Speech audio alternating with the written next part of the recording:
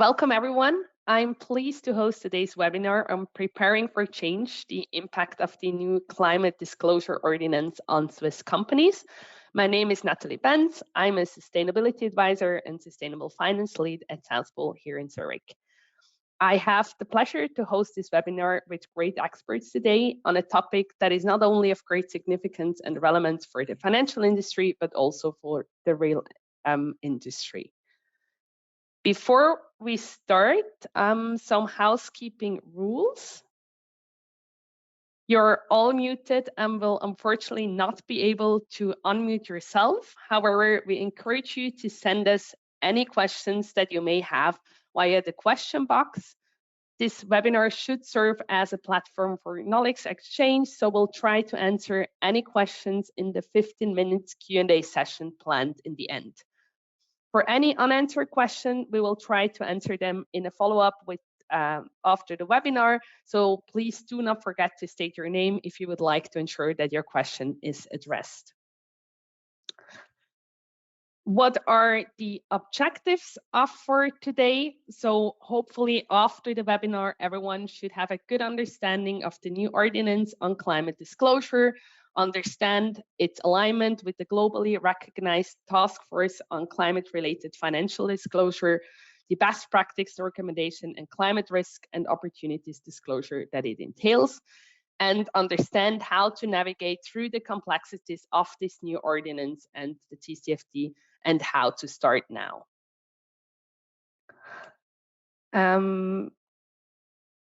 So you have the agenda here.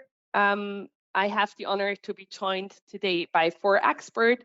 First of all, Martin Eckert from MMA Legal will give us some legal background on the new ordinance on climate disclosure and the requirements that must be met by a company to be subject to the annual non-financial reporting obligation. And of course, we also have our climate risk and practice lead from South Pole, Nico Körner, here with us today.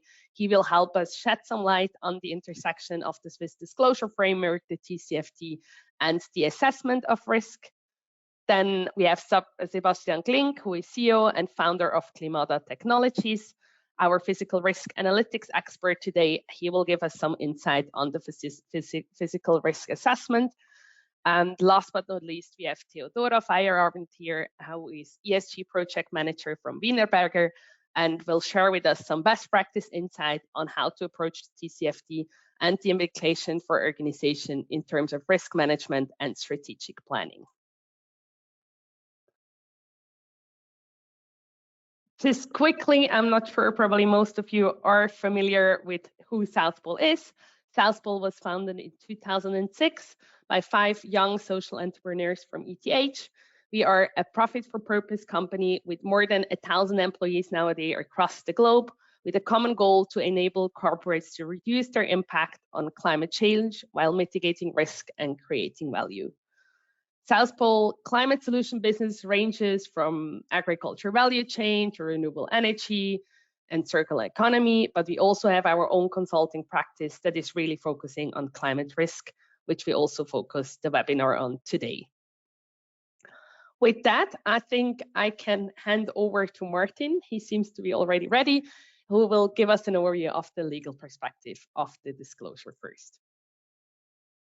Martin, over to you. Yes, please, next slide. Good morning. My name is Martin Eckert. I'm a founder of MME. We do legal, tax, and compliance, and actually I'm the E of MME. We are 130 employees, and we have built up an ESG practice. So we look that you have the right legal framework, that you use the right terms in your reports, the right procedures, and also the right documentation. Next slide, please. I think it's important to understand where the new ordinance is embedded.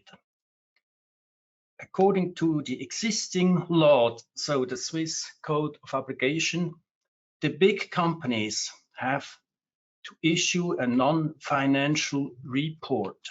And this report has kind of 3 pillars: environmental matters, social matters such as employee-related issues, human rights, and governance matters. For example, combating corruption, data protection, etc. In the pillar environmental matters, there's a sub-segment climate and CO2 goals. And in this sub-segment, the ordinance kicks in. So the ordinance explains or helps the companies to fulfill their reporting obligations in the pillar environmental matters. Next slide.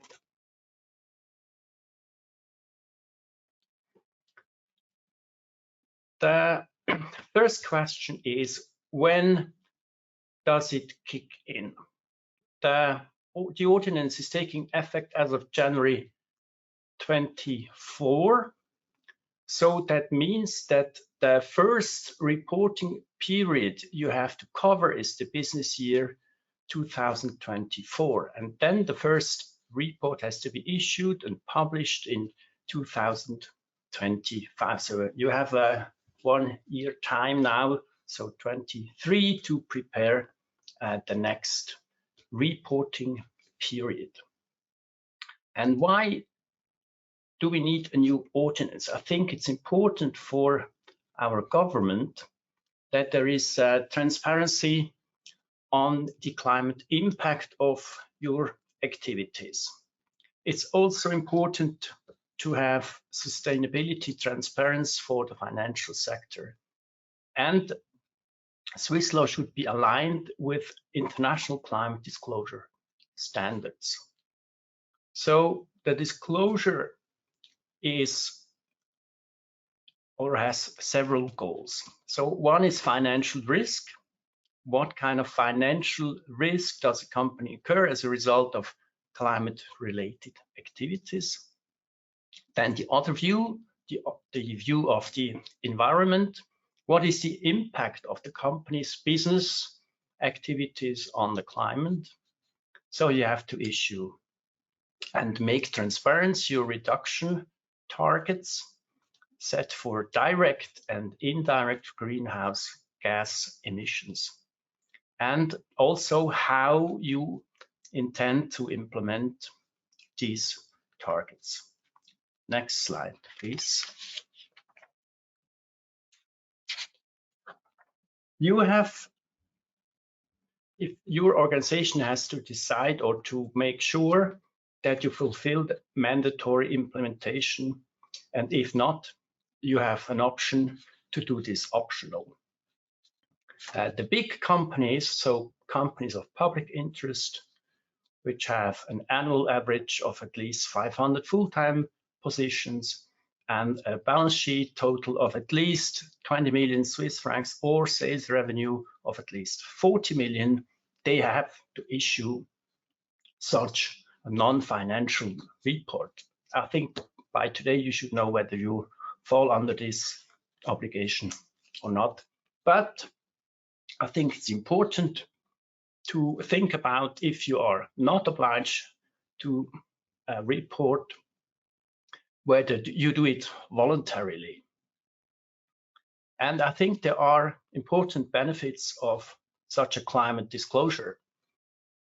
I think if you use international disclosure standards like Global Reporting Initiative or SASB standards, you are on a good side because your investors require transparency.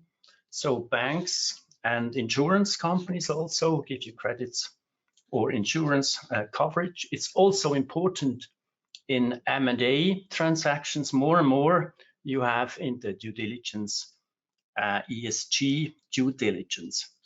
Then of course it's important for your customers. They have to care about their supply chain and they will ask you questions. It's also important for public tenders. We speak about green procurement. You can gain points there.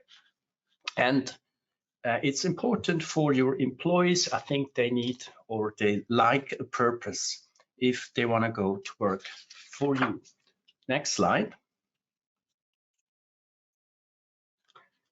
The ordinance is kind of very Swiss style. There is a comply or explain approach. There is a legal presumption. So if a company reports in its non-financial report on climate issues as part of the environmental issues, according to TCFD, it is presumed that the reporting obligation is fulfilled. That's basically what's said in this ordinance. Now, you have a choice. If your company does not make disclosures on climate issues according to TCFD, that's possible, but you have then to demonstrate that you comply in other ways with the climate disclosure obligation. And you can also say, no, that's not important at all for us. Then you have to clearly declare that you do not follow any climate concept, and you have to justify this decision. This is also part then of a report. Next slide, please. Now, what happens if you violate the disclosure obligations? What happens then? I read the text of the law.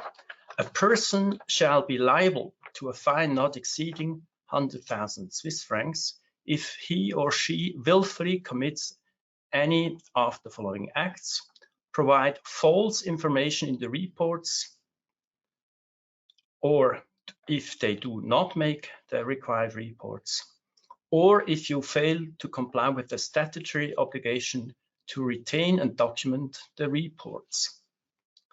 A person who acts through negligence shall be liable to a fine not exceeding 50,000 francs.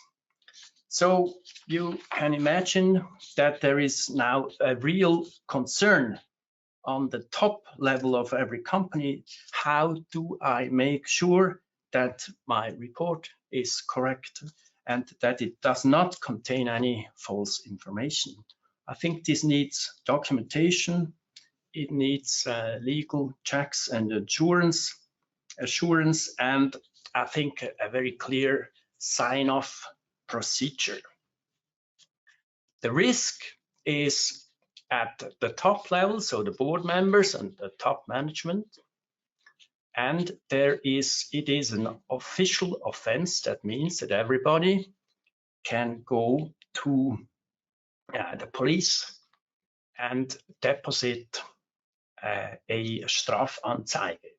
So the risk are criminal complaints by NGOs, and this can endanger, of course, your reputation. Thank you. Perfect. Thank you very much, Martin. I think the obligation evaluations are now pretty clear. We already received the first question, what is TCFD exactly? So I hope, Nico, you can shed some light on that next. Thank you. Great, thank you. Thank you, Nathalie, and welcome everybody. Nico Kröner, my name. I'm leading a team of consultancy at South Pole that works with companies internationally to do climate risk assessments, scenario analysis, and then reporting in alignment with the TCFD. For example, in the UK, reporting in alignment with the TCFD is already mandatory. And today I would like to share a bit more of the experience that we have working with companies on that topic and what you can do to align with the TCFD, and obviously what the TCFD actually is. So on the next slide, we will address exactly that question. The TCFD stands for the Task Force for Climate-Related Financial Disclosure. And the key goal of this task force was to release recommendations on how reporting should look like so that the financial sector gets better information about aforementioned climate risks and opportunities that the company is facing. And since its release, the TCFD has become somewhat of an international best practice on how to report and think about climate risks and opportunities. So the UK already made it mandatory, but also in other jurisdictions, now Switzerland also follows. The TCFD is the key guiding principle on how you should think and report about climate risks. Many organizations are supporting the TCFD already. It's almost 2,600 organizations. And the key goal of the TCFD is to bring climate reporting and climate risk opportunity reporting closer to the mainstream financial statements. So that this is not something that is just done on the side, but it is really something that is important and defines the strategy of a company moving forward. It's quite interesting that in Switzerland now, within the non-financial reporting part, we have the TCFD, which is actually focusing on mainstream financial statements. But key point here really is that it's about making sure that climate and its impact on a company are really accounted for. Why should you align with TCFD? Exactly, I already discussed a little bit the reasons to really do this type of scenario analysis, forward-looking analysis to understand and quantify potential financial impacts of climate change. When you know these types of potential financial impacts, it's also possible then to develop a strategy that takes climate into consideration and allows to develop climate resilience. And last but not least, in this specific case, obviously, it also allows you then to comply with the Swiss legislation. On the next slide, I want to look a little bit more into what resources are available if we talk about the TCFD, right? There is already quite a lot of information out there. So there was the first report that came out in 2017 that laid out the basis of the recommendations on how you should report and think on climate risk and opportunities. And then it was then supplemented with additional guidance documents coming out, focusing on specific technical details on how to run scenario analysis, how to integrate climate risk into overall risk management, and then guidance for different sectors, so for non-financial sectors as well as for financial sector players, and how to address the TCFD. What never changed is that the TCFD is really structured along those 4 pillars that you can see on the right side of the slide, which is with the governance, strategy, risk management, and metrics and targets. Overall, there has been quite a lot of resources developed to help you already start with your journey to align with the TCFD recommendations. So key thing here, for example, is the TCFD Knowledge Hub. There's a lot of information there, lots of things where you can best practice examples, lots of things for you to already get started. Because in the end, although there's like all of these 200 pages documents and all the details, we don't think it's such a complicated topic. So on the next slide, we show a little bit the key parts of the TCFD. So you have those 4 pillars, and below those 4 pillars, you have in the end 11 things that you need to report on. So on the governance side, there is board oversight, so who has oversight on climate and climate-related issues, and what are the exact management responsibilities on those topics. And then if we move forward into strategy, it's important to report what type of climate risk opportunities a company is facing, to detail on what are the potential impacts of those, and what type of scenarios have been used to address these forward-looking assessments, and then how this is feeding back into the overall strategy of the company. Under the risk management section, then it becomes a bit concrete to really say, okay, what was the exact process that was followed, for example, to identify and then also assess the climate risks and opportunities. And this continues then with, after they have been identified and assessed, how are they managed, and finally, how are they integrated back into an overall risk management framework. And then we come to the last pillar, which is the metrics and targets. And there are again 3 parts, which is the general climate metrics, which can go beyond greenhouse gases. So greenhouse gases have their own part here, greenhouse gas accounting, Scope 1, 2, and 3 footprint. It's of course an important part, but here we go a little bit further in terms of climate metrics. For example, the amount of facilities that are in risk of being flooded in the future, for example. So additional metrics that allow to identify climate risk opportunities. And the last key metric that goes more into the target section is exactly to detail out what climate targets have been set. And I think all of this, lots of companies already have parts of these things answered in one way or another. So it's not like you have to start from a completely scratch to come to a TCFD alignment. There are lots of things that are already happening, and they just need to be put together in a stringent format. If you continue a little bit, there's a few things that are different in the audience than to the overall TCFD recommendations. On the next slide, we show where are a few differences. And these few differences are really focusing on the strategy as well as the key figures and targets part. And on the strategy side, it's important that a transition plan is aligned with the Swiss climate goals, not with any climate goals, but if you have a transition plan, it needs to be aligned with the Swiss climate goals. And then there's a bit of stronger push towards quantitative information. So TCFD also recommends to have quantified information, but they are a bit more open in terms of how quickly you start to report on that. So there's often a 5-year plan, for example, to over time align with the TCFD. The ordinance is here a little bit more strict in terms of asking for quantitative information earlier. Then the other side is the key figures and metrics and targets section, where there is important that from the beginning it says to disclose all greenhouse gas emissions. So again, it goes from to scope 1, 2, and 3, whereas again the TCFD is here a bit more open to give time to the people responding to those recommendations to maybe start with scope 1 and 2 and later report on scope 3. Now I talked a lot about scope 1, 2, and 3, transition plans, then transition risk opportunities, physical risk opportunities. I want to show on the next slide a little bit how this all feeds together, because these are not things that are seen in separate, but they all kind of support each other and can then be put together into a nice overall report that is aligned with the TCFD. So we discussed already the basis is understanding your footprint.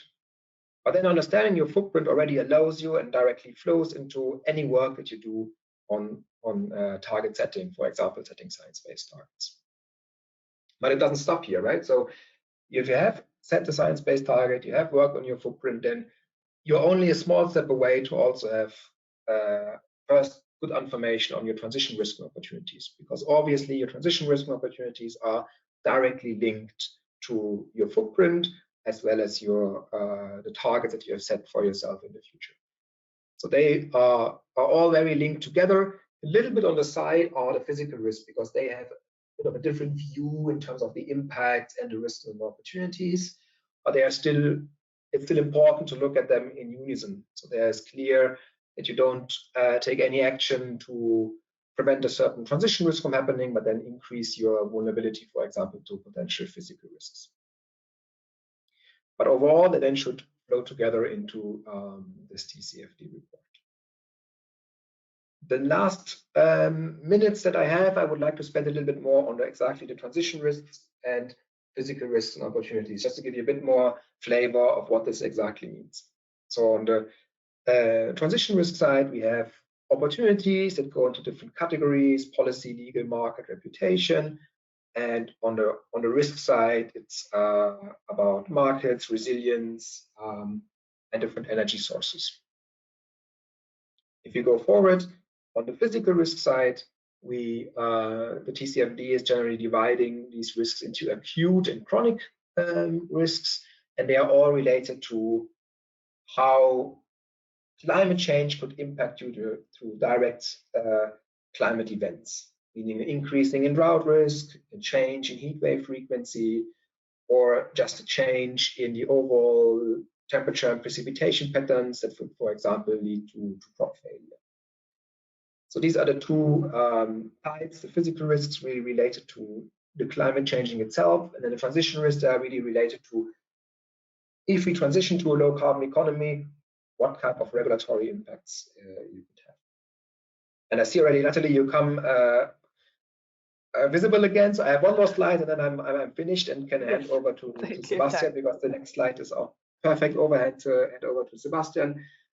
Just wanted to let you know, if you want to get started, don't wait too long. Start with the gap analysis, understand where your potential gaps. For example, I would expect several of you have still gaps on the strategy side because you have not done a full scenario analysis. Something that you can do, and where we, for example, partnered with CLIMADA Technologies on, so that you have really the best information available to run your scenario analysis. We know we have very great universities here in Switzerland, great climate science, for example, at ETH. And with that, I'm handing over to Sebastian to talk a little bit more about what CLIMADA Technologies can do and how you understand your physical and climate risks. Thank you, everyone. Exactly. So with that, I don't need to say anything more, Sebastian. The floor is yours. Tell us how we can do physical risk assessment. Thank you very much, Nico and Natalie, and good morning, everybody. My name is Sebastian Grink. I'm the founder and co-CEO of CLIMADA Technologies. And maybe we can jump to the next slide already. We at CLIMADA Technologies believe that society will see threat in climate change rather than an opportunity, unless you get data-driven insights which offer a sense of understanding and control. And that's exactly the reason why we have founded CLIMADA Technologies. And as the name is already indicating, our technology is built on CLIMADA, an open source framework to model financial impacts of weather and climate for multiple hazards. And the model is under development and lead of the Weather and Climate Risk Group at ETH Zurich, and under constant development there, but also with collaborations around the world with other research organizations. And we as CLIMADA Technologies build services on top of that open source core, and those services are specifically tailored for the requirements of TCFD, like detailed physical risk analytics for direct and indirect impacts, but also robust compliant risk assessments on portfolio level. And we also build industry-specific financial risk metrics and scores, which makes it easy for you as a client to compare the results across regions and sectors, and also in an easier, understandable and decision useful manner. If you go on to the next slide and look on the solutions, we have basically 4 core components the entire technology is built on. We have the hazards, the future scenarios, the vulnerability, and the exposure. So hazards are, when we have heard that already from Nico, extreme weather events, so to say, and we cover all big hazards or perils like tropical cyclones, winter storms, river floods, heat, drought, wildfire, sea level rise, and hail will be coming soon as well. And we try to get an understanding by using probabilistic modeling about the risk at the moment and then for future scenarios. So we model all of those hazards globally consistent, which means you can basically compare the results around the world. But we also do that on a regional level.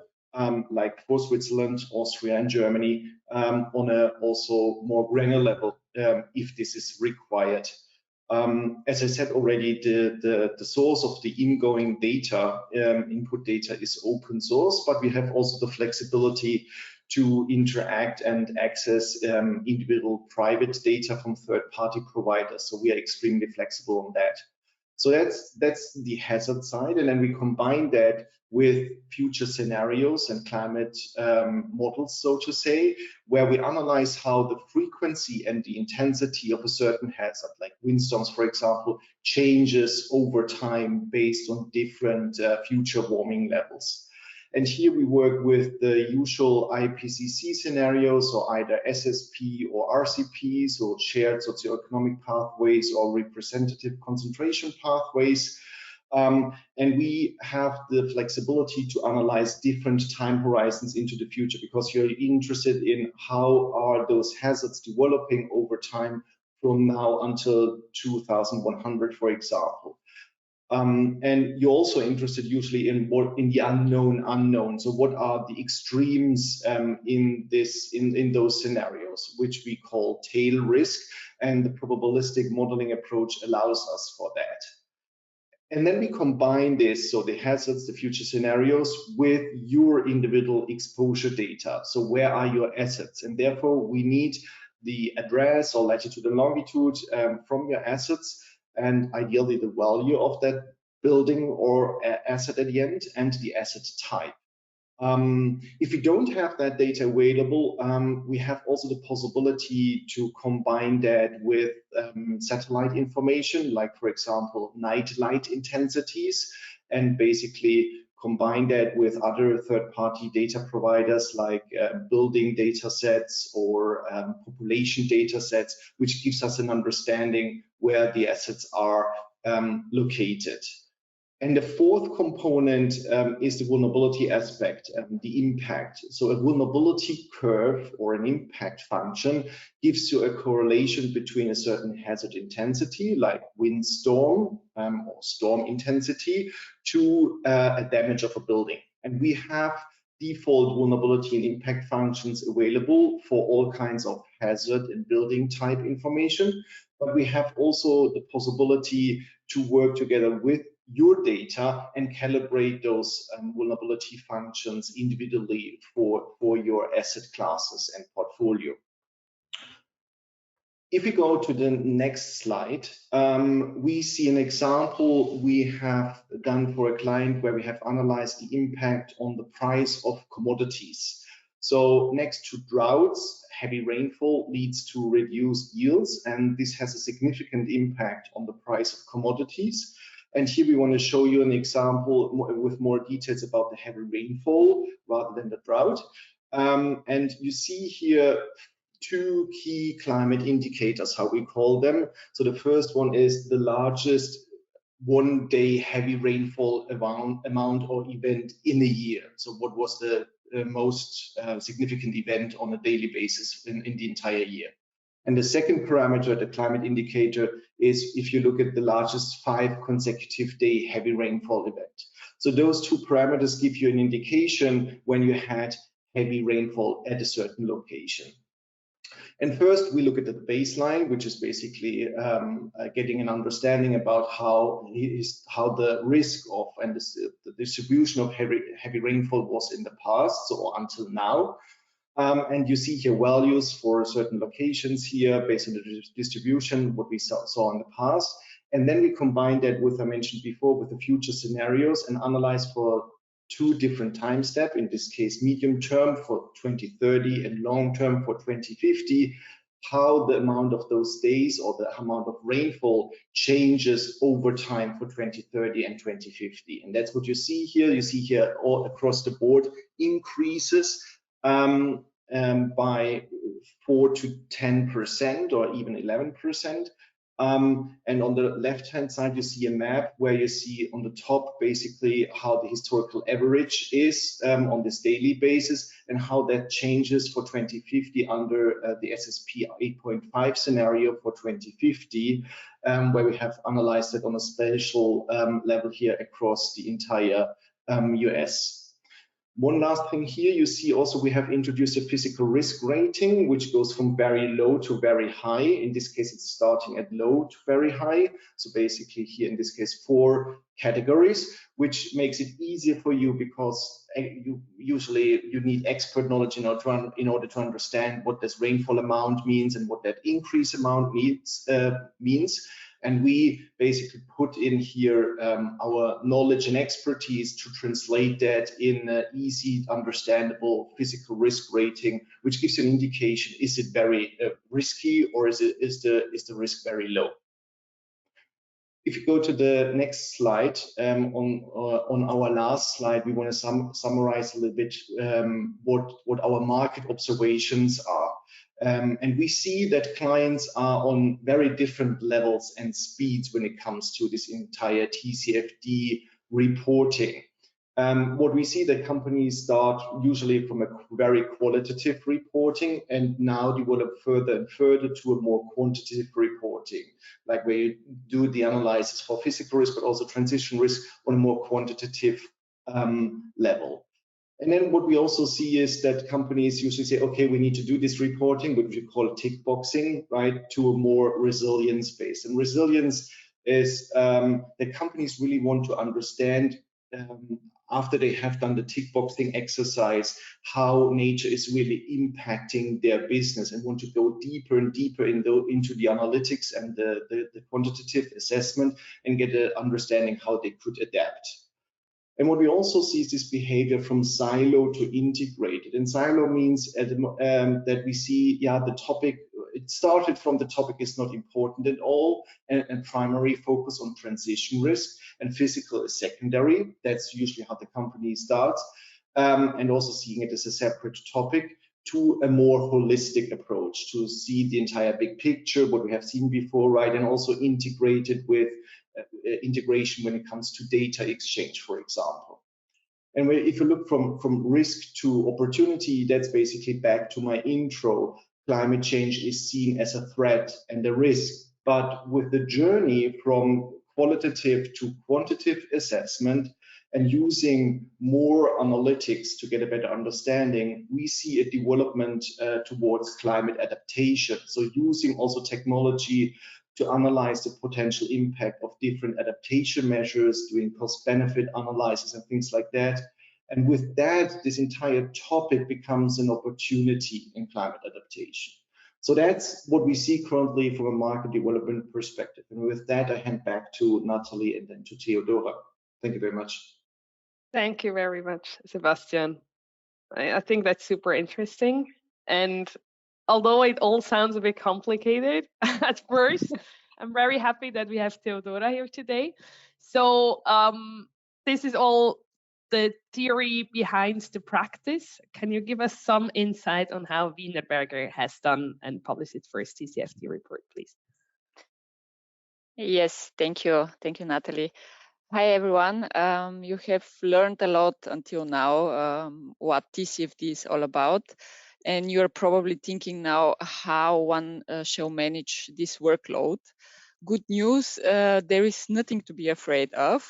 Today, I will present to you Wienerberger's climate journey and how TCFD looks in practice. My name is Theodora Feierabend, and I'm an ESG project manager at Wienerberger. The Wienerberger Group is a leading provider of smart solutions for the entire building envelope and innovative infrastructure solutions. We are market leader in the production of clay building materials such as bricks, roof tiles, pavers, and ceramic pipes.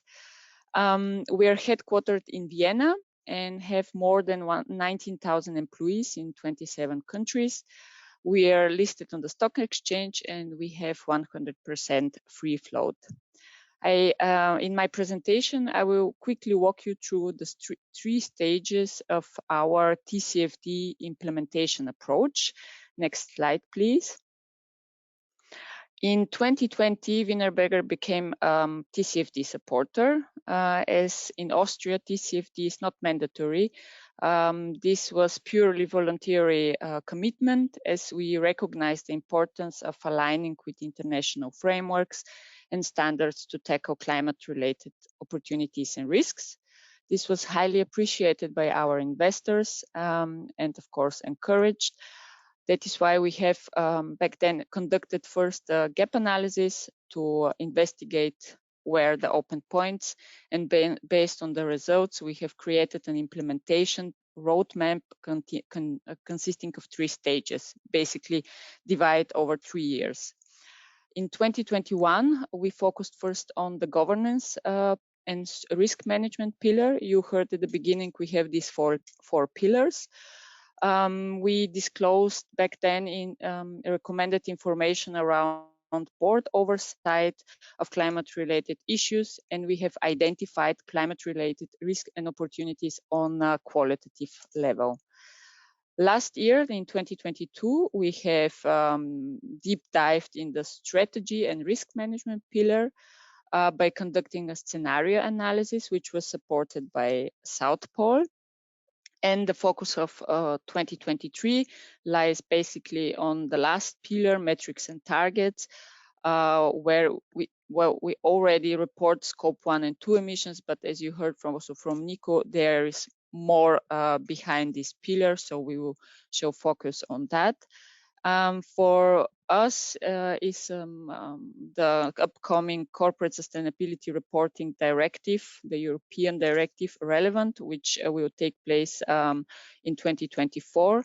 And in this directive, TCFD is fully integrated. So now we are evaluating where we're standing between CSRD and TCFD. That is why we will make a deep dive there. Next slide, please. In 2021, we have identified climate-related risks and opportunities, as I mentioned, according to the TCFD categories. You heard we have this transition and physical risks. On the opportunity side, we have opportunities from different categories. That is why we have sat together with category managers and identify the most material opportunities for Wienerberger, which are relevant for our business. TCFD, as I mentioned, TCFD is not all about the risks. It's a useful framework showing us the new opportunities arising from the transition to a low carbon economy, which you can find in our annual report. Last year, if you can go to the next slide, please. Last year, we have conducted also the scenario analysis, as I mentioned, together with South Pole. We have disclosed our results in the annual report. And I want to underline here that for Wienerberger, this was a very powerful strategic tool to understand and manage climate-related opportunities and risks. On this slide, you can see a case study from our report where we have highlighted the opportunity from water scarcity and risks from heat waves and the exact methodology which we have used. And as the topic is not new for us, we have also provided our management response, how we tackle these climate changes. If you go to the next slide, please. I would like just to provide you with a short summary what TCFD means for us. It's our leading tool framework who demonstrates our climate efforts. It's we use it in a strategic way as we align the recommendations from TCFD also with our sustainability program and sustainability strategy. We use it in our risk management framework, and it helps us also for other ratings we have, such as CDP. As CDP is fully aligned with TCFD, it is also a great help to have it both, because it saves time and efforts to report for this both framework and ratings. So I think we are in time. I would like to leave some time for a discussion and questions. That is why I thank you very much for the attention, and I give the word over to Natalie. Thank you very much, Theodora. Maybe as we have 1 minute, Theodora, what was, in your view, like the overall opportunity that you saw out of this? How did it help Wienerberger to actually do a TCFD report in a simple, like put it in the overall opportunity was really to put the people together to talk about our opportunities and risks. It's not something that is on a daily agenda, and by having these guidelines, we were able to do that in a very structured way. That is why I'm very in favor of TCFD, because it helps in the daily business. And once we have it, we have done the scenario analysis, for example, we use it, for example, for our biodiversity program, because we go on a plant level and we see what is happening there, and we can use The heat map, for example, showed also by CLIMADA and derived from their different scenarios and use it concretely for on a plant level. So this is really something very tangible we are currently implementing. Okay. So do you also use an open source, like CLIMADA said, like it's all open source? Is that something you use, or open source? You mean ChatGPT? Like open source climate risk data? Or maybe Sebastian can jump in here. I don't know. Open source. Yeah, we use South Pole, so. Oh, sorry. Okay. Yeah, I was just wondering. Like Sebastian mentioned in his presentation that everything is also open source available, and I think that's a bit of a challenge nowadays, right? So yeah, that's true. Yeah. Mm-hmm. Yeah, if I jump in here quickly on the open source element, I mean, the reason why a lot of people are talking about open source is that everybody's a little bit scared about greenwashing and greenhushing, and what you publish and what you disclose basically is based on black boxes. That's what we observe, and as we use an open source underlying technology, and the input data from a climate modeling perspective is open source as well, everything is completely transparent, what we do and what we analyze. So the data, the methodology which goes in, and that's the beauty of CLIMADA. You can really double click on the underlying and have an open access to the underlying methodology. Perfect. That makes sense. Thank you very much, Sebastian. Okay. Maybe Nico and Martin, you can also join us now as we open up for questions. I see we have already received different questions. So thank you very much for joining me. First of all, I think there is a question on will the recording of the session be shared afterwards? Yes, we will share it with the participants after the webinar, so you should receive that. The next question we have received is actually from Marina Prada. She asked if you can use CDP climate change submission to comply with this requirement. So can you just do the CDP and then you're compliant with the ordinance? Not sure, Martin, Nico, if you two want to answer that. If I may, I think you have two options. Either you upgrade your CDP to a TCFD reporting, or you say, no, we use CDP, and then you have to explain it in your report that you comply with the Swiss Code of Obligations. So it's open. But okay, it's legally open, but yeah. Your CDP work was not for nothing. I think that's a good basis. Yeah, I think Theodora has also mentioned it. So were you able to use that work then also to report on CDP, or was it vice versa? Yes, for us, we use it one-to-one. Okay. Nico, I don't know if you want to add. Of course, one can also provide the CDP questionnaire on the homepage as a open document, and everyone can see that it's 200% aligned, because this was also the idea behind not to have too many reporting standards and guidances. Yeah, I can just add, I mean, the key thing is that you, of course, answer the right question in the CDP, right? Because CDP is huge and there are different things, and not all of them are aligned with the TCFD. So you need to have the right questions in the CDP answered, and then you will tick most of the TCFD boxes. Perfect, thank you. There is another question. My organization normally reports following the financial year from 1st July to 30th June. So we start reporting 2023 to 2024, or 2024 to 2025 I think it's the question always comes, yeah. Yeah, I recommend to start already for 23-24, but legally you have time until 24 to 25, because you have 1 year grace period, and yes, it's 24 to 25. Okay, and then is it year by year? So is it financial year, or is it, can you just report by June by June? The business year, you know.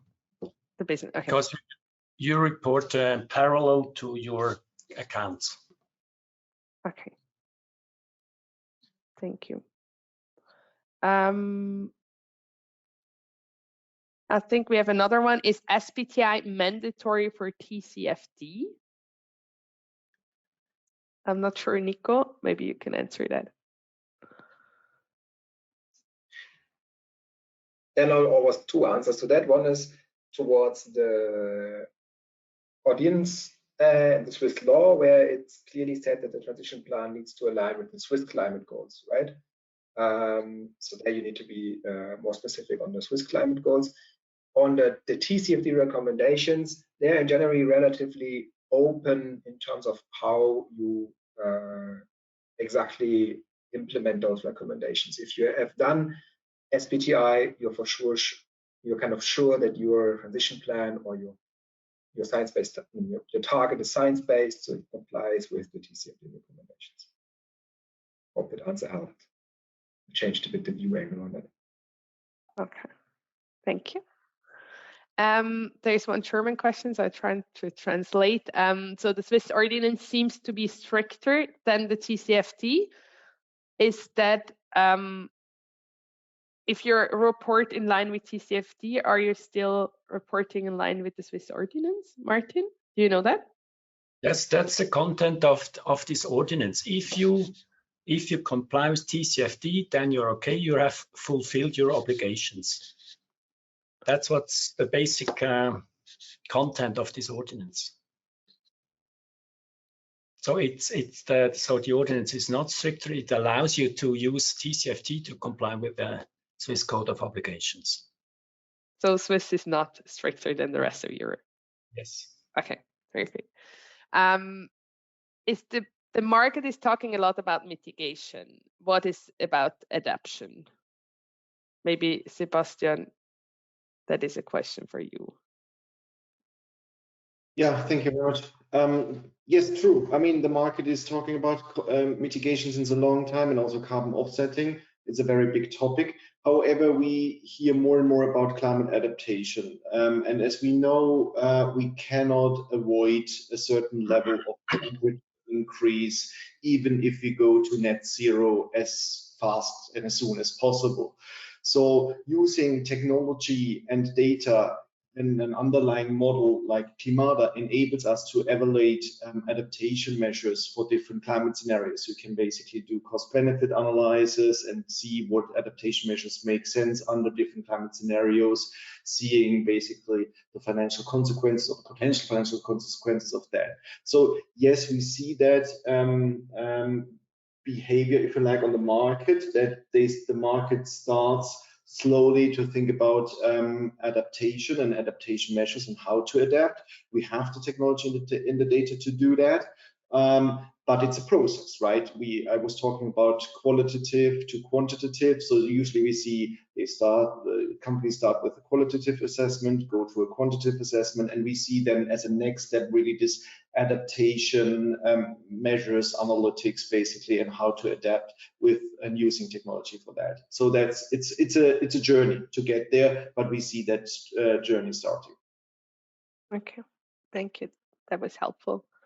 I mean, talking about the journey, there is another question. Are the transition risks which have to be disclosed in regards to your own reduction plan, or are these transition risks which affect your business? If the whole economy has to shift to net zero? Not sure. Nico, can you answer that? Yes, the second one is the one that the TCFD is focusing on. So if the whole economy is shifting towards net zero world, what are the risks that a company is facing because of that? So that's the key focus. But obviously, it's important to also think about any risks that might align to your transition plan. So if there's additional risks you see because you do the transition, you should also report that. But the key focus of the transition risk opportunities is really the ones that you are facing because the rest of the world is moving towards a net zero plan, for example, a 1.5 degree scenario, and what this exactly means for your company living in such a scenario. Okay, thank you. I hope that answer was helpful also to our participants. I have 2 more questions here. Is a step-by-step introduction of TCFD like at Wienerberger an option if a company has to be compliant with the Swiss climate ordinance? Nico, Martin, would you recommend this step-by-step approach, or would you say like just report and everything?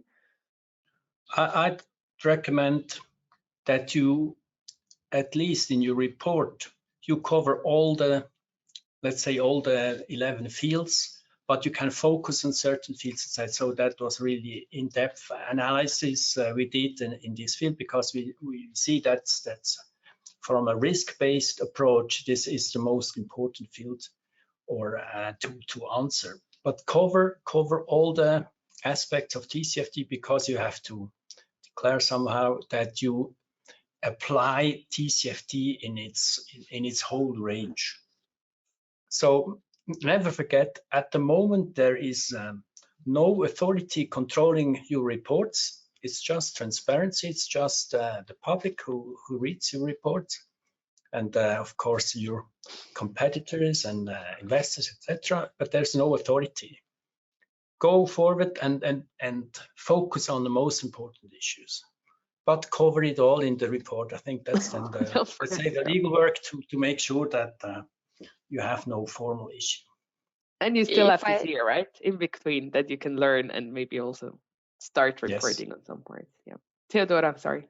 If I may add something on that, what we have done, we took the a table with all 11 recommendations, and we flagged where in the report you can find relevant information. And if some of the recommendation was not covered at all, such as the scenario analysis, which we didn't do in our first year, we flagged it as a topic which will be covered in the next year. But we showed the whole picture, and we make the references in the report, which I think it was very a good overview also for investors to see where you're standing in your TCFD journey. Exactly. Apply or explain. Yeah. Yeah. And also the TCFD gives you that frameworks that you can report on, but it doesn't, everything that you report on needs to be perfect, right? So it's just like exactly, because it's also a resource question, right? I mean, not all the companies can afford everything at once. So yeah. I see we have more questions coming in. I think we can have one last question maybe. So I think many questions here focus actually on the reporting day. So I say many companies have different business years to calendar years and difficulties collecting data for the business year. So scope 1 to 3, does the reporting environment data have to be aligned with business year to be compliant with RBI, or is reporting of environmental data possible for calendar years? Nico, working a lot with footprinting as well, like data, what do you say on that?